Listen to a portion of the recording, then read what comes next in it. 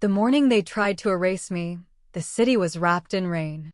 Not the dramatic kind that crashes against windows and announces itself like a warning. This rain was quieter, meaner. It slid down the glass towers in silver streaks, blurred the skyline, and made everything look temporary.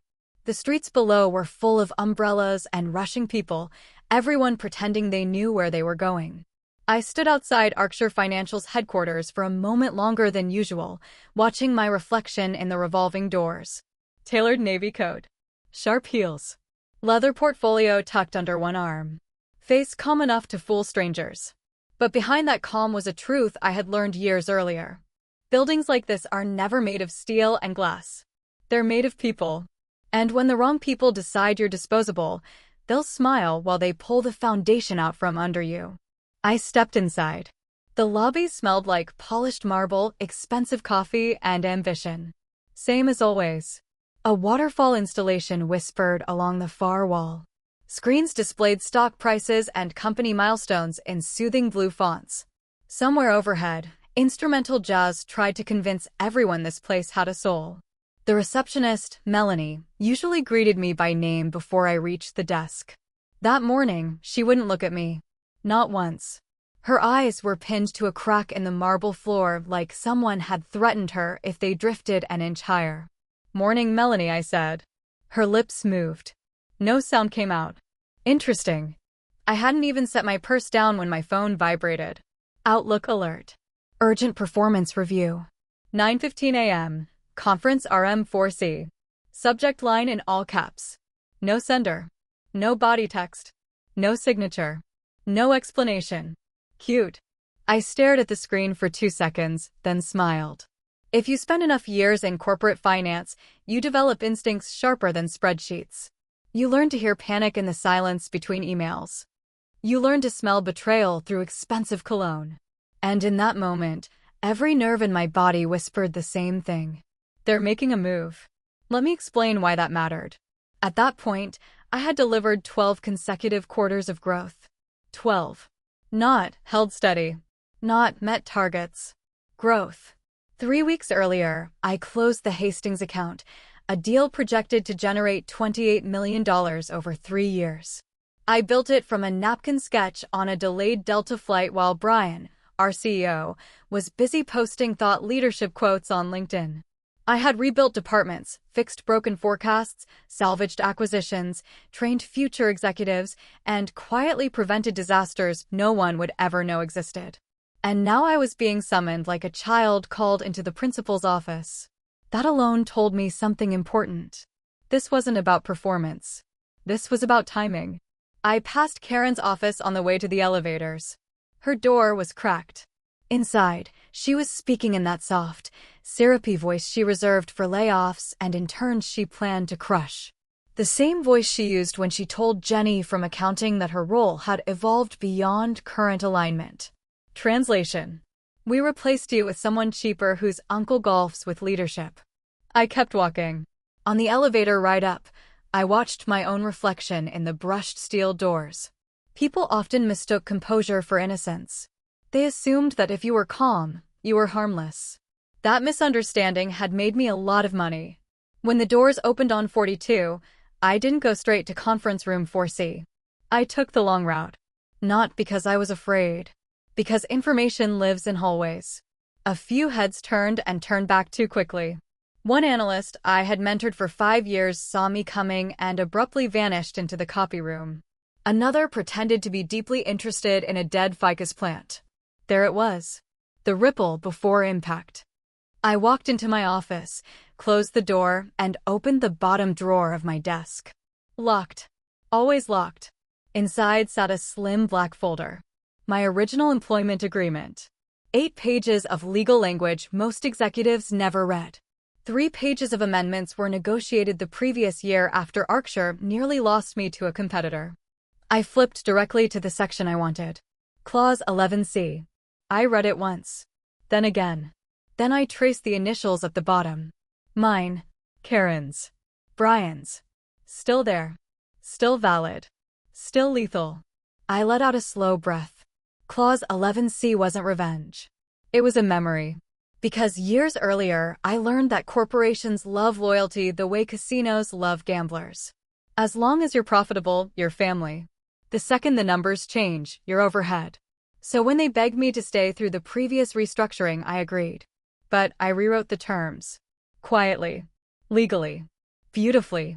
I slid the contract into my portfolio, stood, adjusted my jacket, and looked once in the mirror.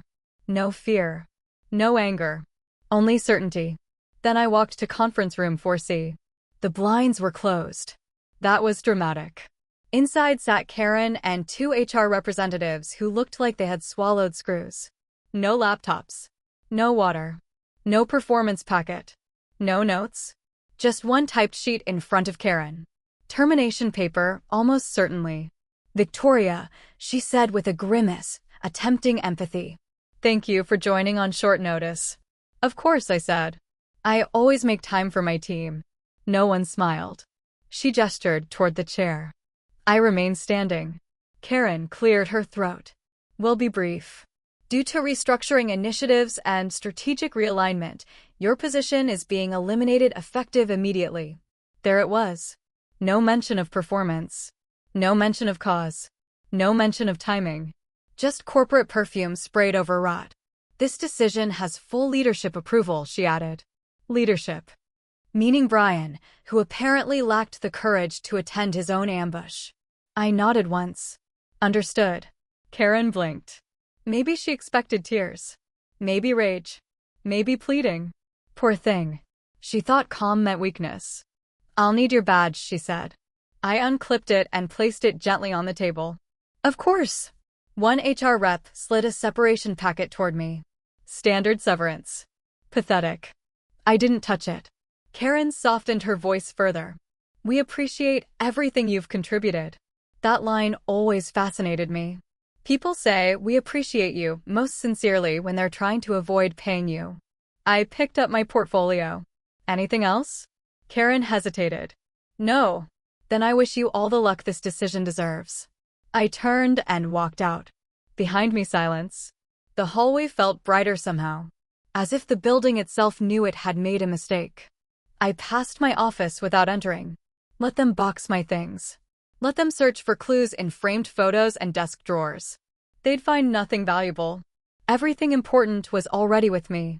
Instead of heading to the elevators for the garage, I swiped into the executive lift and selected floor 45. Legal and compliance. The doors opened to a quieter world. Less polished. More dangerous. Legal departments are where companies hide their conscience and their panic. I walked past framed portraits of past general counsels, men who all looked like they had been carved from litigation, and stopped at a glass office. Aaron Patel looked up from his desk. For a second, he just stared. Victoria. I was fired 12 minutes ago, I said. Can I come in? He stood immediately and closed the door behind me. Aaron had once shadowed me during negotiations. Brilliant mind. Dry humor. One of the few people in the building who understood that contracts are not paperwork. They are weapons with formatting. What happened? Restructuring, I said. One day before vesting. His eyebrows rose. I opened the portfolio and handed him the agreement. Clause 11C. He read silently. Then again slower. Then he leaned back in his chair. Oh no. That bad? For them? Catastrophic. He tapped the page. Involuntary termination within 24 hours preceding scheduled vesting triggers accelerated payout at full equity value, 1.5 times base salary, benefits continuation, legal fees, and optional damages if contested. Correct. They fired you this morning? At 9:15. Your vesting event is tomorrow at 9. Also correct. Aaron let out a stunned laugh. They thought firing you early avoided the payout. They did. They triggered the multiplier instead. They did. He rubbed a hand over his face. Does Karen know she signed this? She initialed every page. And Brian? He joked that no one reads legal language. Aaron looked at me for a long moment. You planned for this? No, I said softly. I prepared for them. That distinction matters. People call women calculating when we refuse to be vulnerable to obvious betrayal. Men call themselves strategic for the same behavior. Aaron stood. I need to escalate this immediately. Quietly, I said. For now. He nodded. Within 20 minutes, the first tremor hit upstairs. Karen stormed into HR demanding documentation. Warnings. Performance concerns. Any negative record. There were none. Because I had delivered results so consistently that manufacturing failure would require fiction. Meanwhile, Aaron sent the agreement to Meredith Liu, lead counsel to the board. Meredith was one of the few executives I respected. Sharp enough to cut herself on stupidity. She called him 3 minutes later. Is this real? Yes. Did they terminate before vesting? Yes. Long pause. Then, get me every related document. Now. I left the building through the side exit and walked 4 blocks to a cafe with decent espresso and excellent Wi-Fi. Rain still drifted outside in silver lines. I chose a seat facing the street and ordered black coffee. Then I waited. Patience is easiest when math is on your side. At 10:41 a.m., my phone buzzed. From Meredith Liu. Subject, acknowledgement. We are reviewing your termination file and contract provisions. Documentation received. Please preserve all records pending formal response. No apology. No warmth. Just legal precision. Translation. We know. At headquarters, panic was no longer subtle. Brian had been pulled into an emergency meeting. Karen was reportedly crying in a restroom stall. The CFO had requested revised exposure estimates twice in 1 hour. By noon, someone from my old team texted, "What did you do? The 44th floor looks like a funeral." I smiled. I hadn't done anything. I had simply allowed consequences to arrive. Around 1 o'clock, another email came. Preliminary assessment places liability between $6.2 million and $6.8 million, excluding reputational damages or further claims. There it was. The number. Nearly double the bonus they tried to dodge. Money changes behavior. But reputation changes hierarchy. And that was the part scaring them most. Because this wasn't just expensive. It was embarrassing. Archer marketed itself as visionary, ethical, and employee-first.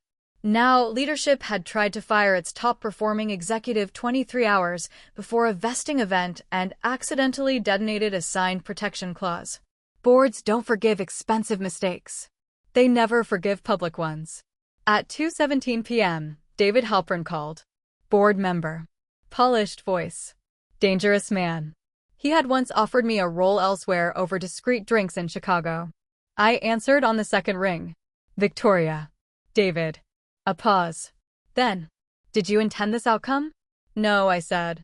I intended fairness. They chose the rest. Another pause. Brian says this is opportunistic.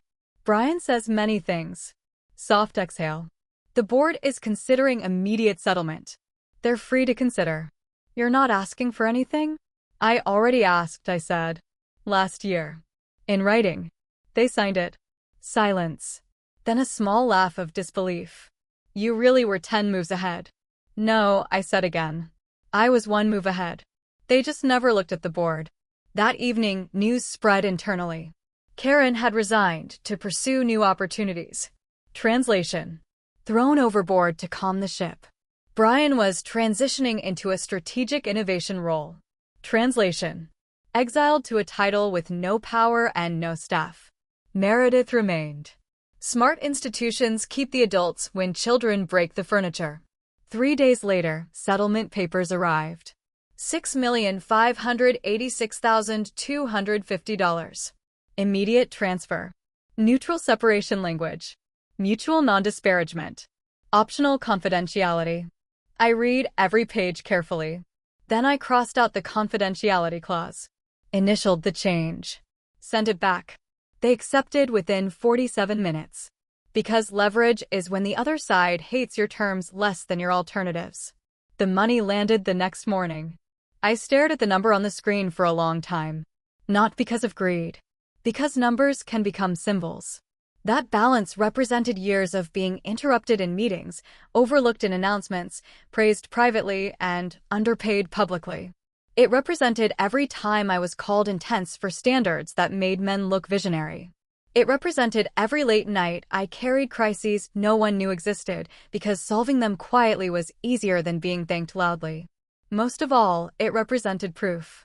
Proof that preparation is not paranoia. Proof that dignity can be documented. Proof that survival sometimes looks like paperwork.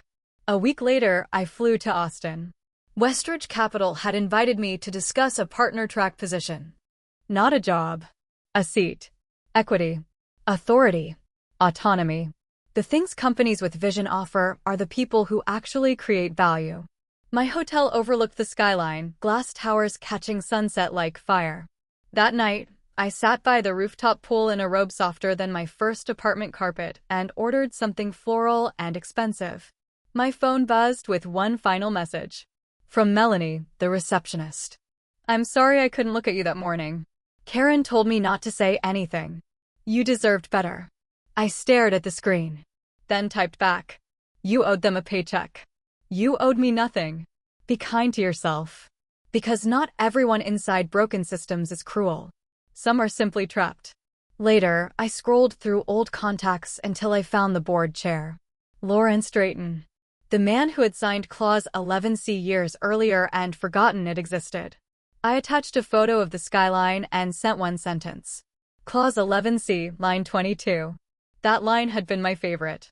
I wrote it after midnight during final negotiations while drinking cheap red wine and thinking about all the ways power assumes permanence. It read, failure to honor these terms shall constitute not only breach, but a systemic lapse in judgment subject to restitution, review, and reputational consequence. At the time, Brian had laughed. A bit dramatic, don't you think? No. Just accurate. Months passed. Arcshire's stock slipped. Turnover rose. Analysts cited leadership instability. The Hastings client quietly transferred half its portfolio elsewhere. Funny how confidence follows competence out the door. As for me, I accepted Westridge's offer. First week in, no one asked me to prove I belonged. No one called me intimidating for being prepared. No one praised my ideas after repeating them louder. I was given a team, a mandate, and the respect that should have cost nothing but somehow always does. One Friday evening, after a long strategy session, I visited my mother. She still lived in the same modest house where I studied for licensing exams at the kitchen table and cried in the pantry after my first corporate humiliation because I didn't want her to hear. We sat on the porch with tea. She asked gently, "Do you feel like you won?" I thought about that. The payout. The titles. The headlines I never needed. Brian's downfall. Karen's exit. The satisfaction of being right. Then I looked at the woman who taught me strength before I knew the word. No, I said. She smiled. Good. I laughed. Why good? Because revenge is small, she said. You were built for larger things. I felt something loosen inside me then. Something old. Something tired. She was right. Winning would have meant hurting them back. This was something better. I had outgrown them. That night, before leaving, I stood in her kitchen where years earlier she told me, "Be so good they have to notice." I used to think that was the goal. Now I knew better. Being noticed is fragile. Being needed is temporary. Being respected is negotiable. But being free? That is priceless. The next quarter, Westridge closed 2 acquisitions under my strategy. The quarter after that, we launched a new division under my leadership. By year's end, I had more influence, more peace, and fewer meetings than ever before. Sometimes, younger women in finance ask me for advice. They expect tactics, networking tips, salary scripts, how to survive rooms built without them in mind. I tell them this. Read everything. Document everything. Trust patterns, not promises. Never confuse access with respect. And if they underestimate you, let them. Underestimation is a discount on your future victory. Then I add one final thing. Do not build your worth on someone else's approval. Because the moment they decide to withdraw it, they'll expect you to collapse. And if your worth was never theirs to give, you won't. Years later, I walked past Arcshire's old headquarters while visiting downtown. The mural was gone. New branding on the lobby wall. Different receptionist. Different leadership. Different name, eventually. Glass towers love pretending they're eternal. But companies rise and fall like the weather. Only character endures. I stood there for a moment, then kept walking. No bitterness. No triumph. No need. Some stories end with revenge. Some end with justice. Mine ended with something rarer. Peace. Because in the end, I didn't burn the bridge. I simply walked away holding the deed, sold the land beneath it, and charged them rent for the ashes.